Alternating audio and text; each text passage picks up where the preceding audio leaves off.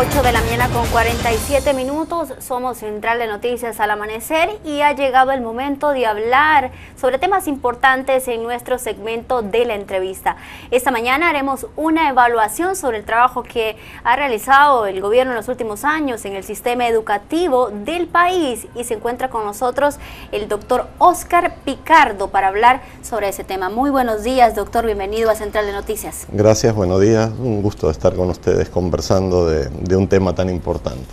Muy buenos días, bienvenido. Nosotros queremos antes presentarles un panorama de un proyecto muy ambicioso del que por supuesto vamos a estar hablando a lo largo de la entrevista. Es el Plan El Salvador Educado, que tiene el apoyo de diversas instituciones y además habla de 6 ejes principales, entre ellos en materia de seguridad a los alumnos. El primero de los desafíos del Plan El Salvador Educado es la escuela libre de violencia y eje central de la prevención. No queda en internet. Por razones de inseguridad, en los últimos años la deserción escolar aumentó, los crímenes de estudiantes y maestros, incluso hasta el cierre de centros escolares o restricciones para asistir por temor a las maras. Por ejemplo, los docentes andan pensando más en ver cómo salen de los centros escolares. Los estudiantes llegan incómodos, cada día es defenderse de que no les vaya a pasar nada en el camino. Los papás igual, se van a trabajar o mandan a sus hijos con aquella inquietud de que si les puede pasar algo. Cuando un niño o un joven no está o no se siente seguro, está preocupado, su mente no está en la clase, está en otro lugar, preocupado por él, por su familia, por sus amiguitos. El padre de familia no tiene confianza de llevar al alumno al centro escolar. El alumno, por ende, no se siente seguro estando dentro de la institución. Un motivo de ausencia e inasistencia en los centros escolares. Los temores de estudiantes y padres de familia no son infundados. En varios centros escolares, la amenaza les quita el sueño. Para un ambiente inseguro creo que sí nos desconcentraríamos porque la concentración es un punto clave para los estudios.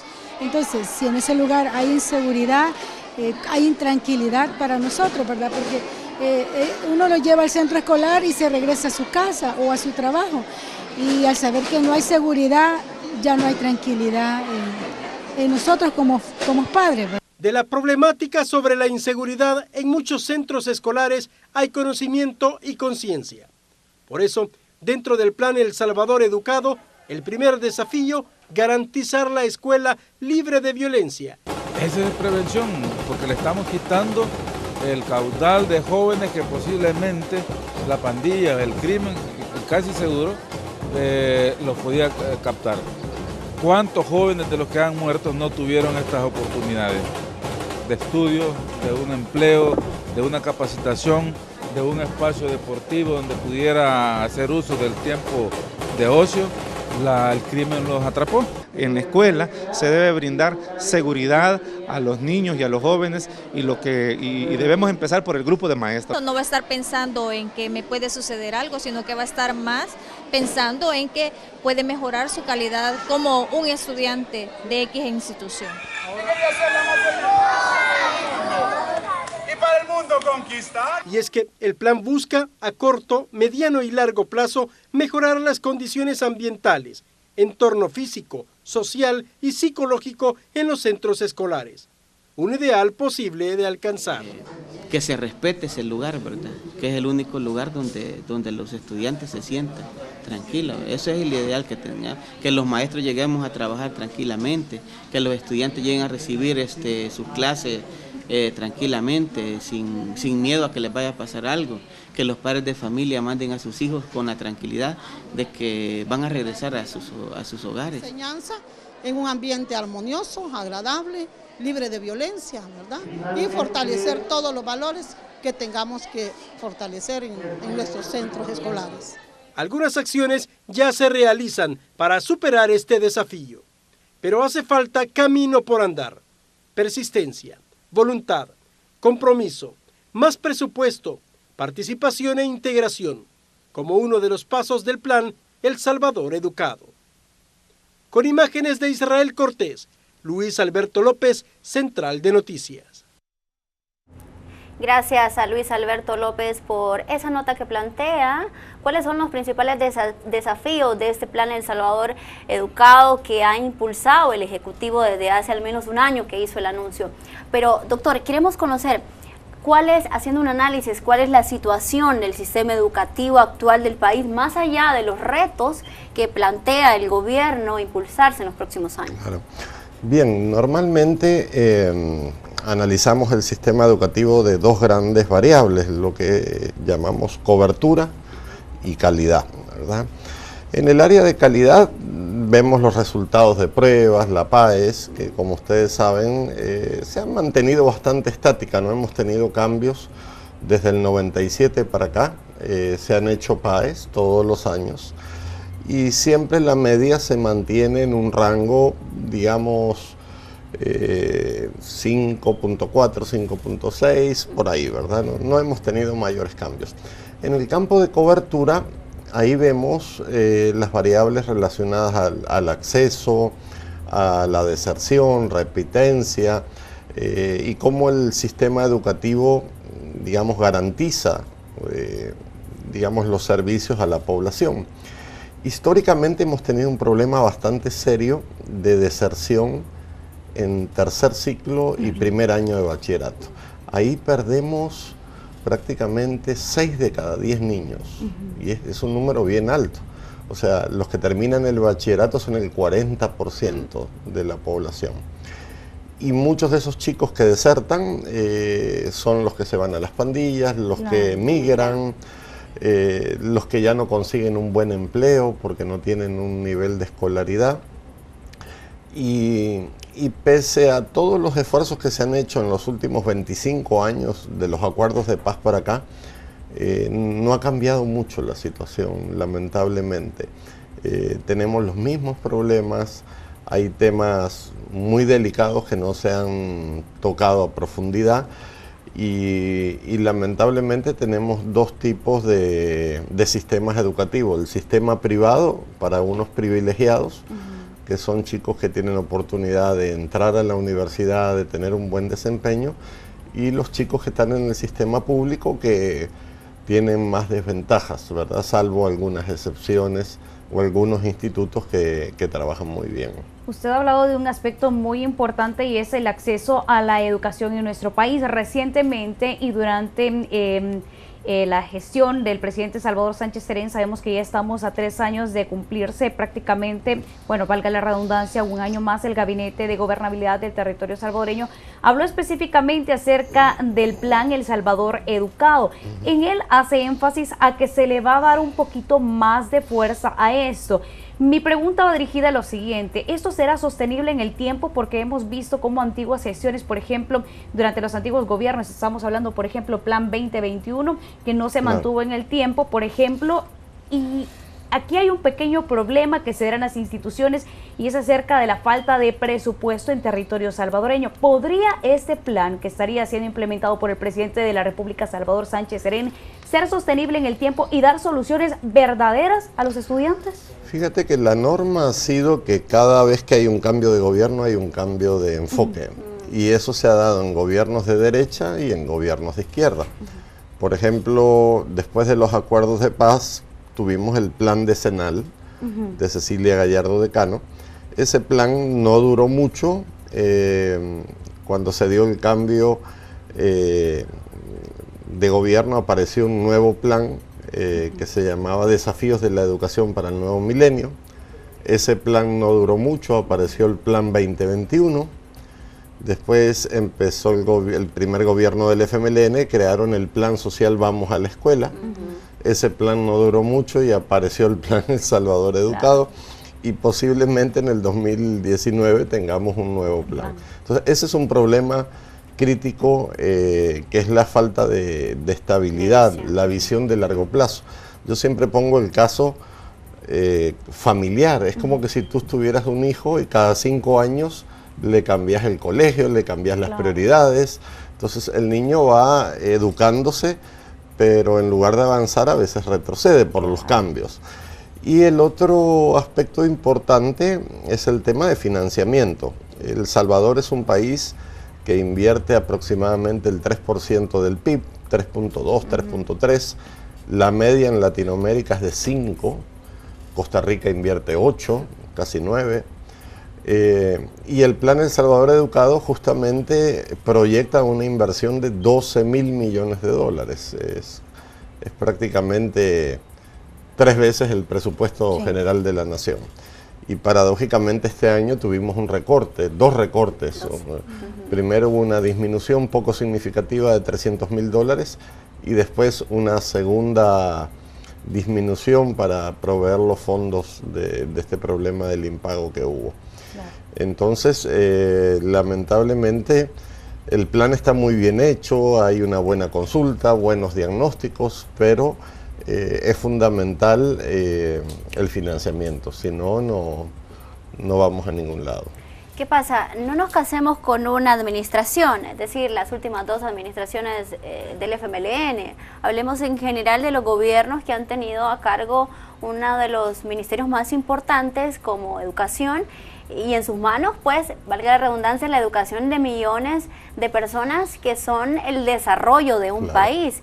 ¿Qué ha pasado? ¿Por qué no se le ha apostado en políticas que se mantengan en el tiempo? Asegurar no solo la cobertura, sino la calidad educativa, porque afuera, cuando salen los profesionales ya a la calle, es mucho lo que se cuestiona sobre la calidad con la que están graduándose los profesionales en este tiempo. Definitivamente, El Salvador es un país que el principal recurso es su gente, ¿verdad? No tenemos derivados del petróleo, ni otro tipo de energía, gas, o metales, en fin, no tenemos el canal de Panamá, tenemos la gente, y a la gente hay que educarla, ¿verdad? Es una tarea fundamental, es lo que nos puede dar una perspectiva de crecimiento, una política, por ejemplo, para tener recurso humano calificado. Costa Rica, por ejemplo, invirtió durante muchos años en el tecnológico de Costa Rica y así atrajo a empresas como Intel, por ejemplo, ¿verdad? En cambio, nuestra apuesta pasada era vender la mano de obra salvadoreña barata, porque, digamos, al ser poco educada, pagás bajos salarios y atraes maquilas, por ejemplo, que en su momento, a mediados de los 90, se planteó de esa manera. Y obviamente es un error. Yo creo que tenemos que educar más a la población. Para ello necesitamos maestros muy competentes. Claro. Hay que invertir en el magisterio, hay que reivindicar la profesión docente, dignificarla. Cuando tú vas a las universidades, vas a ver que los chicos más talentosos quieren estudiar medicina, ingeniería, y en no pocos casos la docencia se queda para aquellos estudiantes que no alcanzan el CUN o un promedio alto. Entonces les ofrecen la docencia, el profesorado, como que si es una profesión de segunda, ¿verdad? Y eso es un error, creo. Así es, y de hecho, según las estadísticas del Consejo Nacional de Educación, únicamente un 8% de los docentes tiene un grado académico superior y un 2% tiene un posgrado. Correcto. Esto queremos hacer, por ejemplo, un análisis de qué manera viene a afectar nuestro sistema educativo. Claro.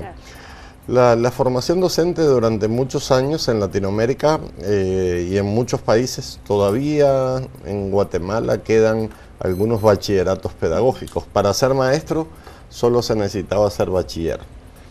En El Salvador se hizo un cambio en el año 95, del 95 al 97, y se elevó la formación docente a profesorado, es decir, 3 años de universidad.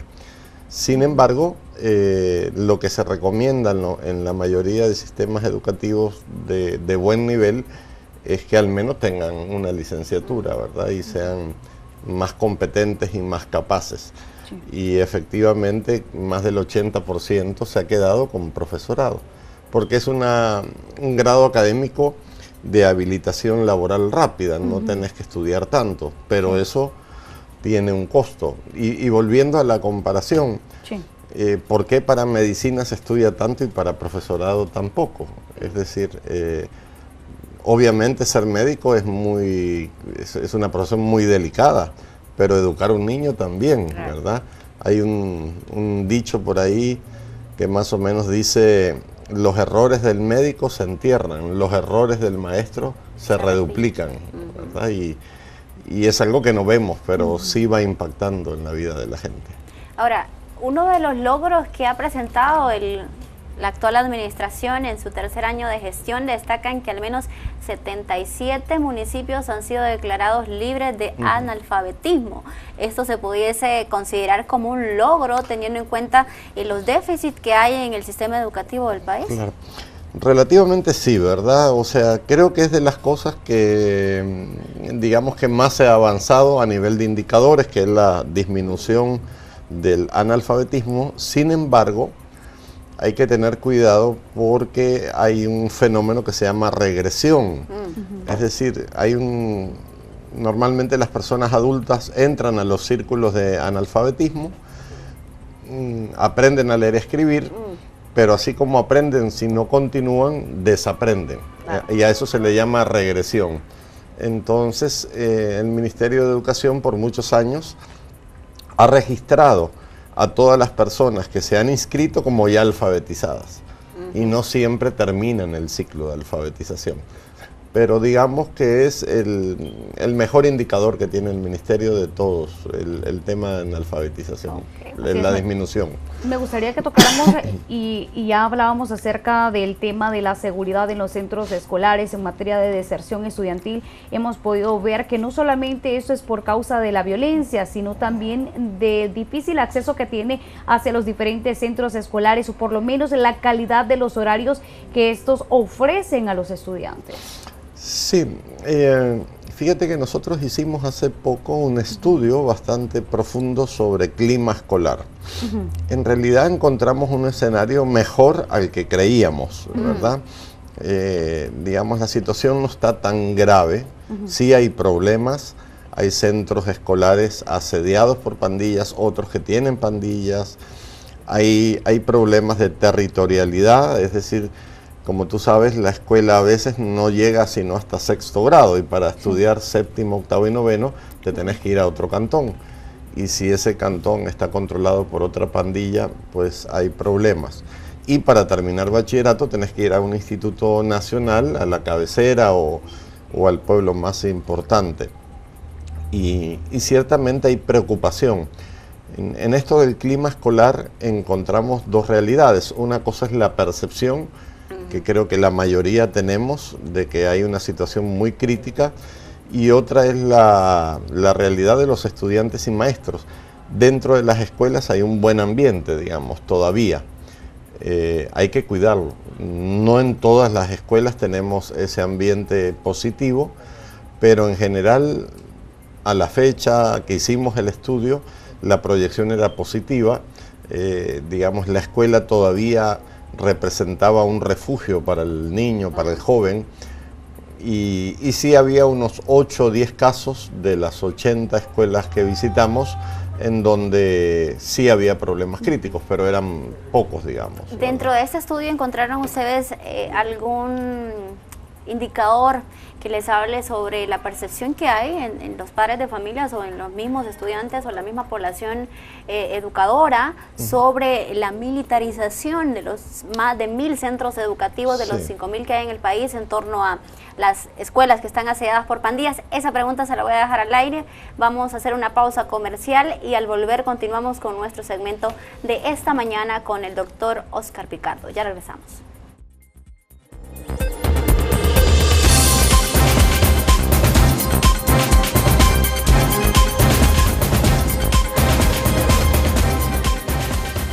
Muchas gracias por continuar en sintonía de Central de Noticias al Amanecer. Nosotros continuamos haciendo una evaluación al sistema educativo de nuestro país, con especial énfasis al Plan El Salvador Educado, y por eso se encuentra en nuestros estudios Oscar Picardo. Él es investigador educativo, con quien continuamos conversando.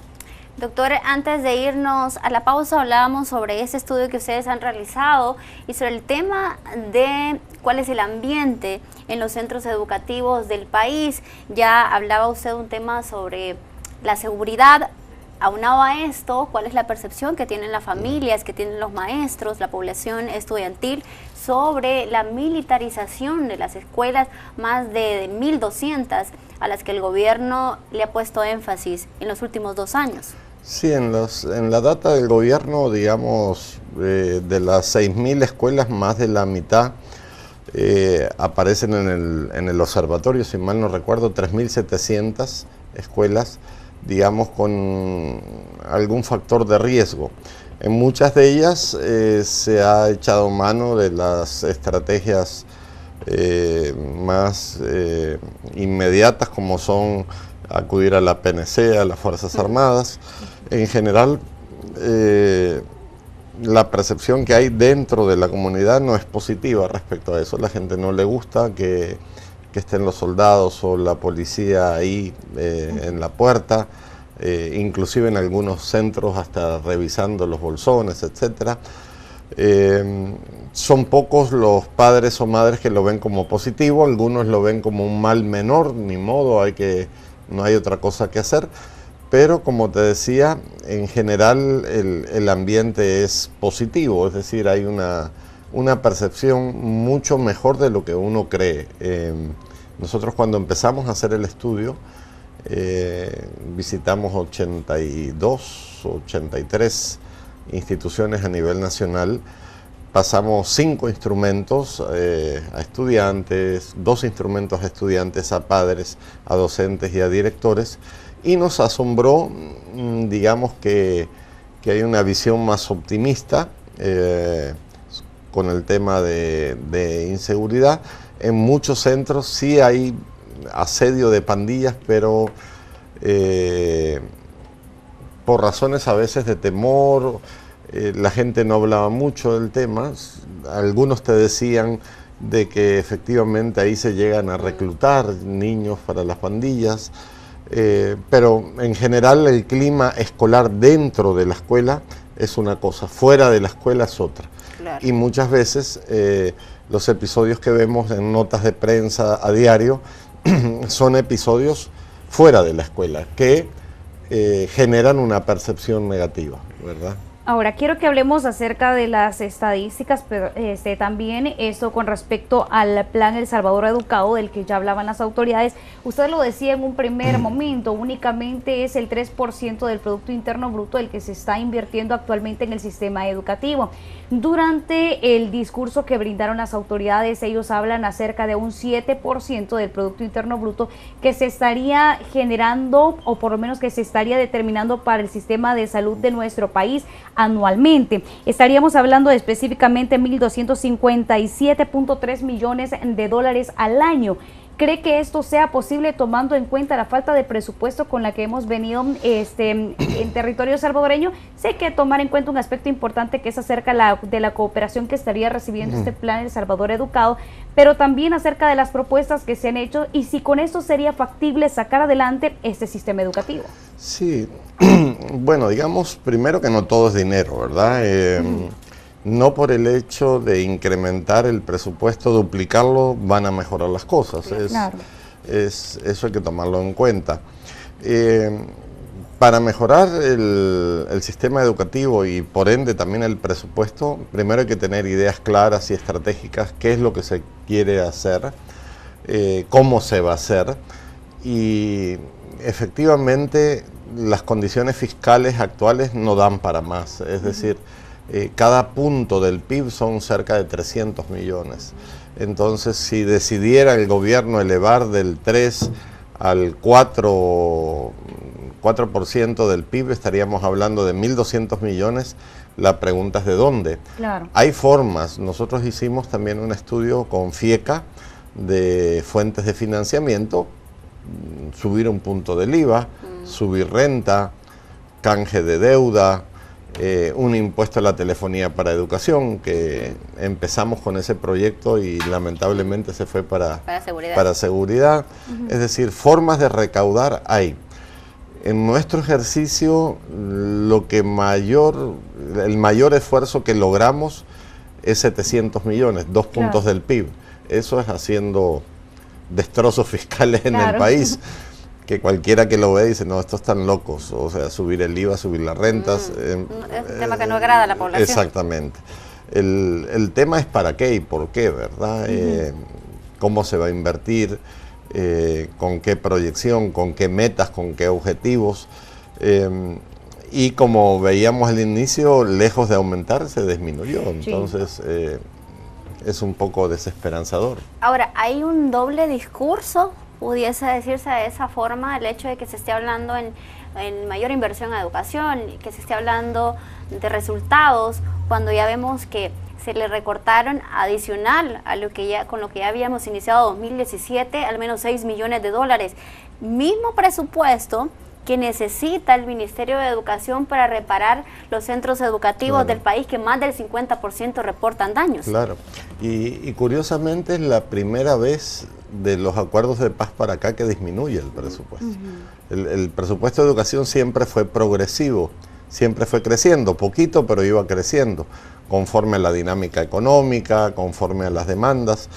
Pero curiosamente es primera vez este año que se le hace una reducción que no entendimos por qué, de $300.000, y después la segunda reducción. Y creo que eso, más allá de la cantidad de dinero, que no es mucha para el sistema educativo, manda un mal mensaje. Claro.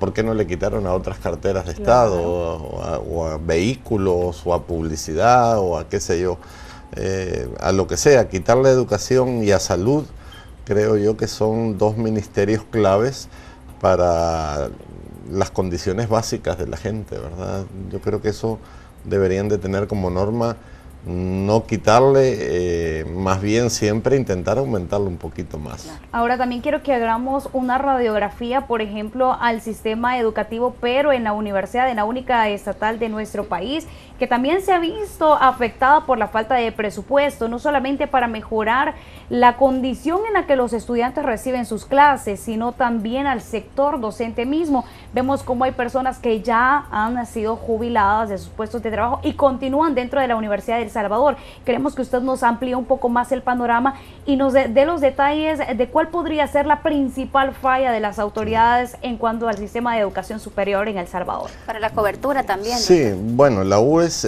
como ustedes saben, es dentro del escenario de universidades públicas centroamericanas la que tiene menor presupuesto, ¿verdad? Claro. Todas las universidades públicas han dado saltos de calidad, sobre todo la UCR y la UNA en Honduras, la de San Carlos en Guatemala o la UNAM León en Nicaragua. La UES se ha ido quedando atrás, ahorcada, con un presupuesto limitado, con baja inversión en investigación, salarios casi estáticos en el campo docente, y con el agravante de una gran demanda. Como ustedes saben, cada año son más los jóvenes que quieren entrar a la UES y no hay espacio, ¿verdad? Las 3 sedes que tiene la UES más la sede central prácticamente están, digamos, abarrotadas. Tenemos muchas solicitudes. Hace unos 5 o 6 años hicimos un intento de una proyección de crear lo que se llamaban INTAUES, que eran institutos en 5 sedes más para disminuir la tensión y diversificar la demanda, pero lamentablemente creo que solo uno de los 5 se logró. Entonces yo creo que hay que hacer un esfuerzo para que la UES no se siga quedando atrás frente a sus instituciones homólogas, y dé los saltos de calidad y invierta en laboratorios, ¿verdad? Que es importante. Pero ¿qué se puede hacer, doctor, teniendo en cuenta que anualmente miles de bachilleres se gradúan y la mayoría de estos van a parar precisamente a maquilas, a ganar salarios incluso por debajo del mínimo algunos? ¿Qué se puede hacer para aumentar la cobertura en una de las principales universidades del país y de menos costos para la población? Pues yo creo que hay que crear primero, además de mejorar los presupuestos y de las reformas necesarias para hacerla más ágil y menos burocrática, hay que crear carreras técnicas de habilitación laboral. Es decir, un joven del área rural no se puede dar el lujo de esperar 5 o 6 años para graduarse, en el mejor de los casos. Tenemos una tasa de graduación del 10%. 1 de cada 10 estudiantes que ingresan a la universidad se gradúan y 8 o 9 se quedan en el camino, ni siquiera se gradúan. Y el problema es que tenemos un currículum muy, digamos, excesivamente rígido, sin salidas. Por ejemplo, si tú estudias medicina y te salís en el 6º año, no puedes ser ni enfermero, porque el currículum es rígido. Si estudias Derecho y te salís en el 4º año, no tenés derecho a nada, solo a las notas. Entonces, ¿qué necesitamos? Que todas las carreras tengan salidas colaterales al año, a los 2 años, a los 3 años, y que esas salidas te habiliten laboralmente. Por ejemplo, yo estoy estudiando medicina y por alguna razón no puedo seguir, pero puedo ir a trabajar en algún servicio hospitalario y si me va bien, luego regreso y termino mi carrera. Pero generalmente no sucede eso, la gente abandona la carrera y ya no regresa. ¿Y esa universidad en línea qué tan factible puede ser? Habilitar como para estudiantes o aspirantes que desde sus casas o desde sus trabajos puedan acceder a una estrategia, ¿verdad? Para aumentar cobertura, obviamente demanda de 2 condiciones bien importantes, o 3 condiciones: tener buena conectividad, tener el equipo, digamos, para estar conectado, y de parte de la universidad tener buenos tutores, digamos, que garanticen la calidad de los programas. Ok, ya están por cumplirse los 3 años de gobierno del presidente de la República, Salvador Sánchez Serén. ¿Qué podríamos esperar de cara a un 4º año y qué posibilidades hay de mejorar en estos últimos 2 años que le van quedando ya a este gobierno para mejorar la calidad educativa? Pues lamentablemente yo creo que cambios así no percibo, más bien ahora entramos en campaña, ¿verdad? Sí, claro. Y ya cuando uno entra en campaña todo se... Propuestas y más propuestas. Sí, se empiezan a distorsionar las cosas, digamos. Y las prioridades cambian. Exactamente.